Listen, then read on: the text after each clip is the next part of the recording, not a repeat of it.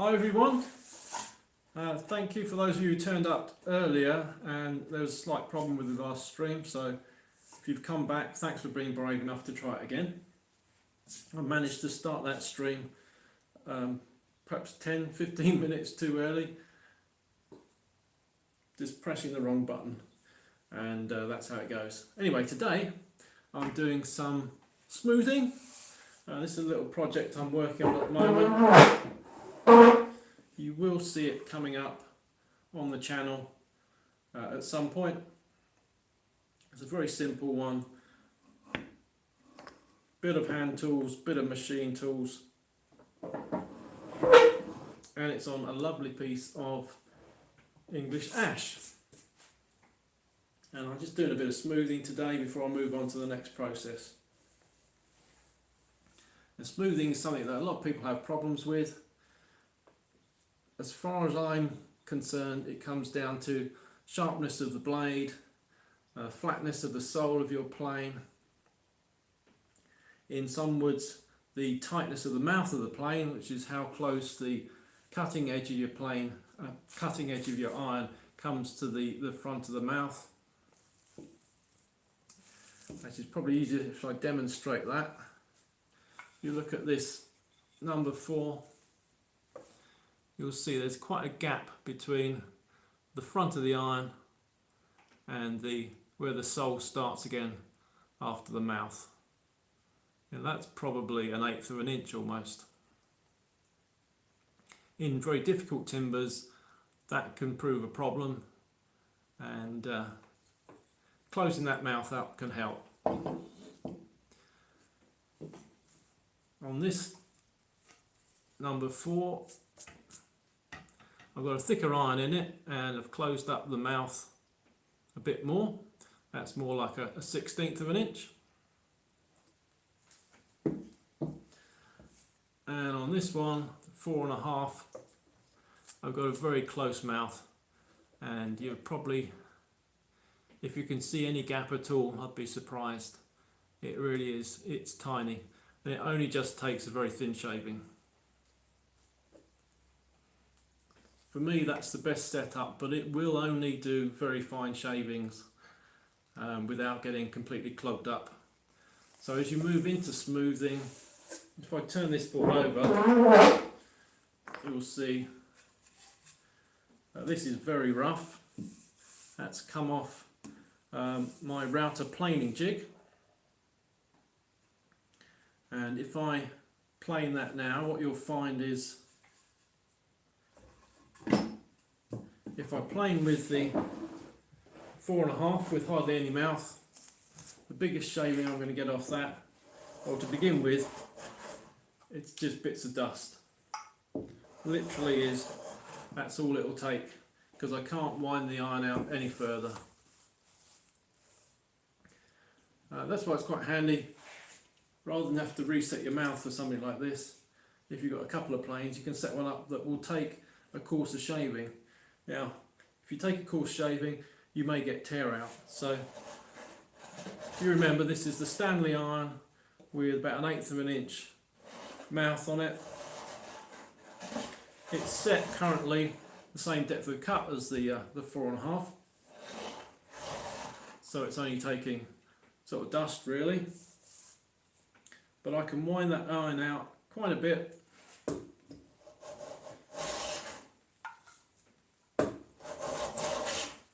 Comes a lot more difficult to push, but it will take much thicker shaving, and we can start the work that we need to do with that iron. Now, another thing with planing for smooth surfaces, or planing at all, getting the right direction is important.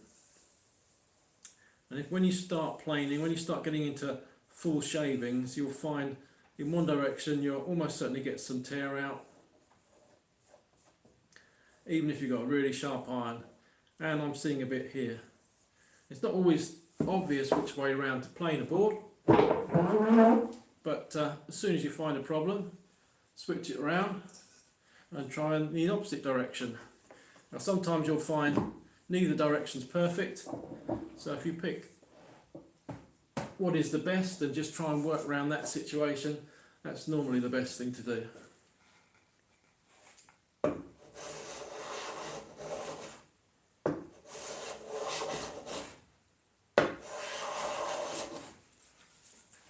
So now I'm getting pretty much full shavings. The router left a few ridges across here, a bit like coming off poorly set up jointer, or when you pass the board too quickly over a jointer, you get a sort of ripple effect. Same from the router planing jig. So I've got rid of most of that with a few thicker shavings. Now I can withdraw that iron a bit, go for a slightly thinner shaving.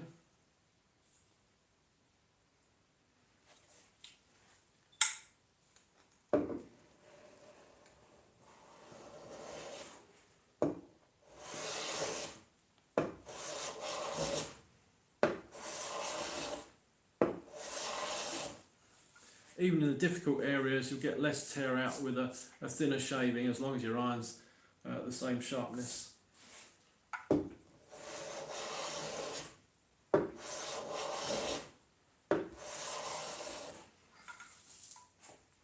it is possible with a standard Stanley iron to get some really good results. I believe you can improve very slightly by having a much thicker iron, and this is a good 3mm, maybe a little bit more, plus thick iron. It's a rider plane with a rider blade in it. It's also a heavier plane, which is sometimes nice. This is set quite fine.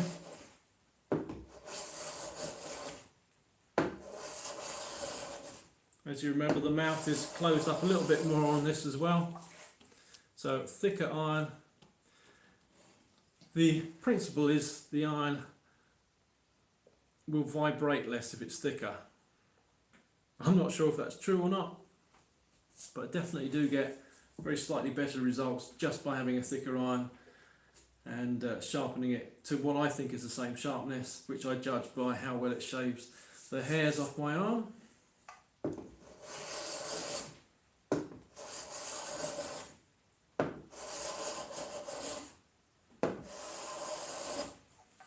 That's doing quite a good job. Another thing that you'll find when you're smoothing or any planing, with a metal plane, there's quite a bit of friction on the sole, and to improve matters, if you put some lubrication on there, I go for paraffin wax, so good old fashioned white candle. Just put a little bit on, it soon gets spread around the blade, spread around the sole.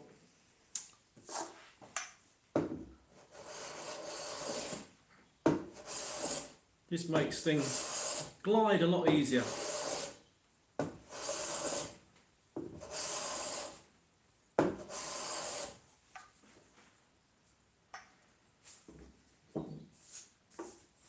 The last bit of your smoothing, if you go to something with a really close mouth, I'm not having terrible problems with this, but if you were, go to something with a tighter mouth. I think a slightly larger plane, slightly heavier, on a largish surface is better. You can tell I've waxed the sole of this. I can push it really slowly. It doesn't stop on me.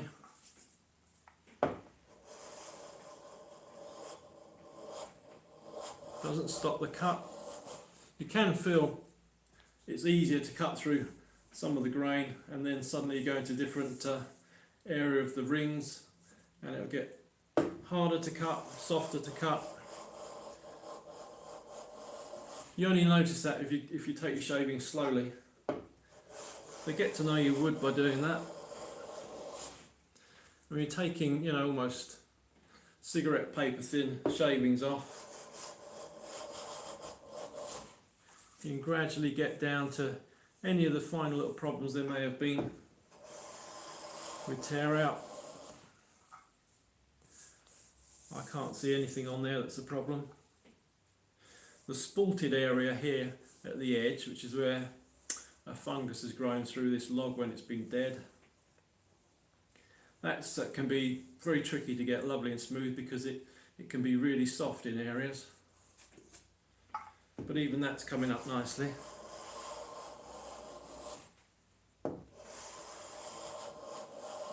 Another thing to mention is the very corners of the irons slightly knocked off on the stone, so slightly curved up at the edges. Just prevents the tiniest of blade tracks, planing tracks that can get left behind on the edge of the iron. But if you're taking sets of shavings going across the board, you, generally speaking, with fine shavings like this, don't leave those tracks. So that's lovely.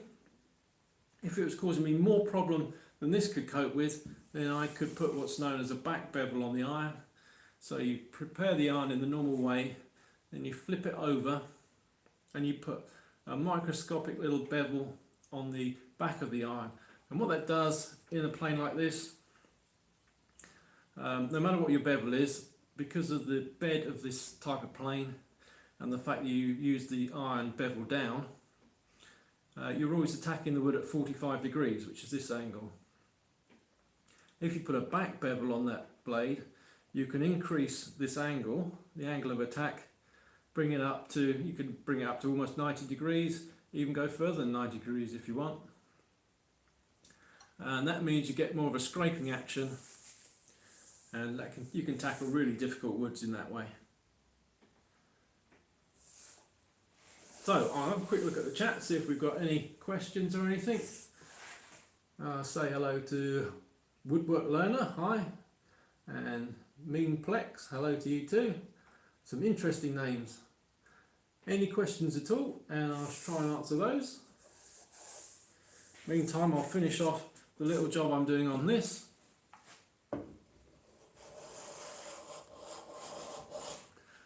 Leaving planes on the side is, well, it protects the blade. If there's anything hard on the workbench, you could chip the edge of the blade. If there's something metal on here, it could be dangerous. To be honest, with a smoother where it's set as fine as these are, you're most unlikely to cause any damage to it if you put it down on its sole. But that's the main reason. If you put it on its side, you've got no chance at all of damaging that blade.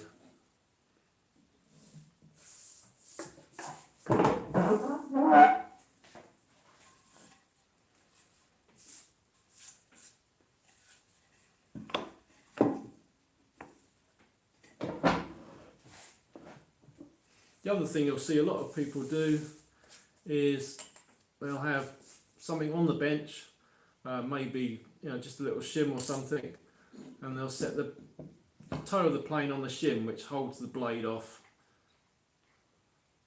That's how I like to store most of my planes. So I put a little shim in the end of the cabinet that they go in, and the toe just sits on the shim. So no matter how thick I've got the iron set, if the shim's, an 1/8 of an inch or so, the blade's never going to touch the shelf that it's sitting on.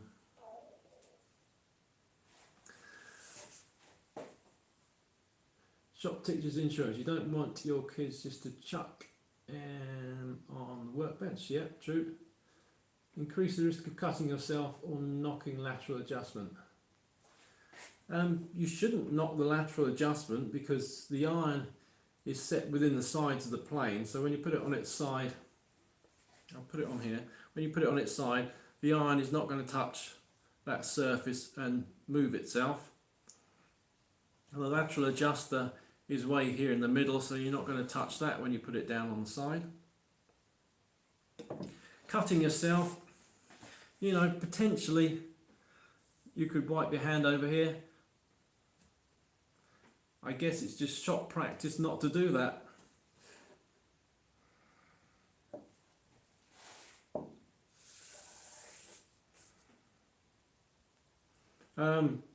Maybe you're thinking cutting yourself when you turn the plane on its side like that and grabbing hold of it.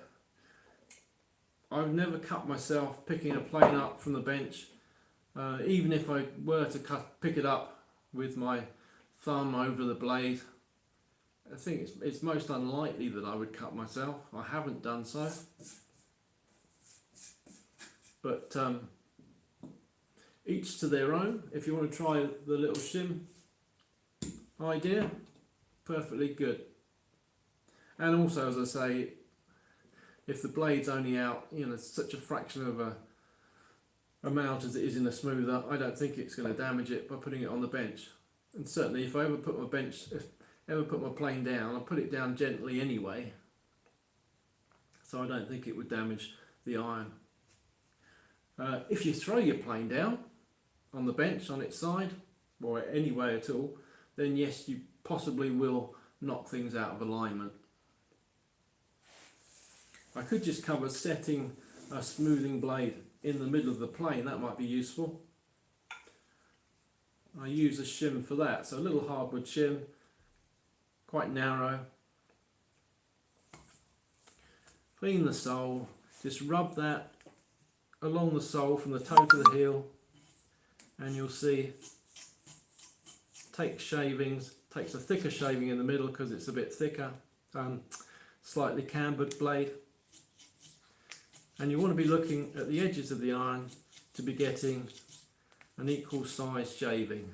And then if you prepared the iron uniformly with curvature, or either flat and then curved at the ends, if you're getting the same thickness shaving both sides, then you know it's in the middle. You just use your lateral adjustment. If it isn't, pushing the lateral adjuster in the direction where the thicker shaving is coming through. That'll make it thinner that side, and it'll increase it the other side. And you just keep doing that until you balance it nicely. And that's the same for any plane. You can check that way. So this one here is set with virtually nothing coming through on the edges. Right on the edge, nothing at all because the corner's knocked off. Little shaving there, and it gets thicker through the middle.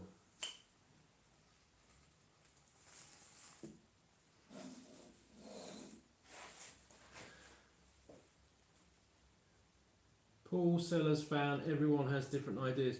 I don't know what that means. Tell me what different ideas Paul Sellers has. If you've got a wooden workbench, it's fine too, unless you don't want to scratch your workbench. Yep. Good. Well, if you can explain briefly what the different idea that Paul Sellers has, I'll either agree that that's a good idea or give my reasons why I don't follow it. I'm not quite sure what idea that was.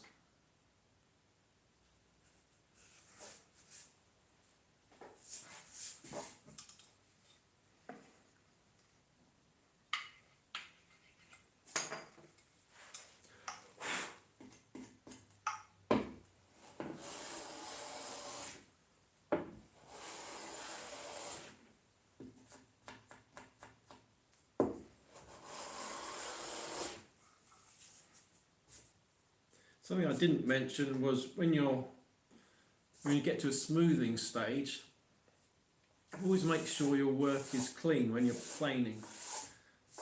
Because even a little bit of wood on there, you think wood on wood's not going to make a lot of damage, but if you push a little chip of wood under your sole in front of the blade, for example, through your work when you're smoothing, you'll find you end up with a nice score down the middle, and you just go deeper and deeper trying to make it smooth.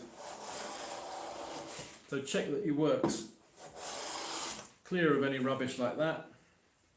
Check that there's nothing caught at the front of your blade as well. Still looking for a 4.5, haven't found them in thrift stores yet. Yeah, I was lucky enough that I inherited this, so I can't really help with that. There are, on the second-hand market, you will find them, say eBay or something like that, but it is better if you can see them in person. Gap by shows, giving you some ideas, different irons, coffin planes. Yep. Okay, Paul would never lay on sides, he says it's a school thing to lay side and upright. It's more natural to pick up and use. Chance of damaging blade on wooden bench very low. Yep, I mean the chance of damaging it on a wooden bench is very low. If you keep a clean bench, if you don't do any sanding on the bench. And I mentioned that if you do sand at your bench, some of that abrasive will come off the sandpaper, and so you will get bits of abrasive material on your bench, and then if you put your plane down on there you can scratch it. Having said that, you know, if you're I was going to say a well-educated woodworker, I shouldn't really say things like that, but if you're sensible about keeping where you work nice and clean, you know, like me, I don't leave shavings on the bench, clearly not, but if you keep your bench nice and clean, that was a candle that went flying then, if you keep your bench clean, you shouldn't have a problem with those abrasives. Do some sanding, clean off your bench. Good brush like this is invaluable in the workshop. So if you've got all the rubbish off your bench, then putting your plane down on its sole is not going to be a problem. But having said that, you know, even if you don't clean your bench, you can put it on its side and then you won't have any of those problems at all. You know, maybe that looked a bit of a faff putting it on its side, but frankly you can put it down straight from your hand. You can pick it up straight from the bench in your hand, ready to work. It's really not difficult. In most planing operations you're going to be using, you know, the handle and the knob, so easy peasy, and yeah, you're working again. It doesn't really slow you down, I don't think. But I mean, Paul's right. I think schools do teach the fact or the principle of laying it on its side. Is that a reason not to do it?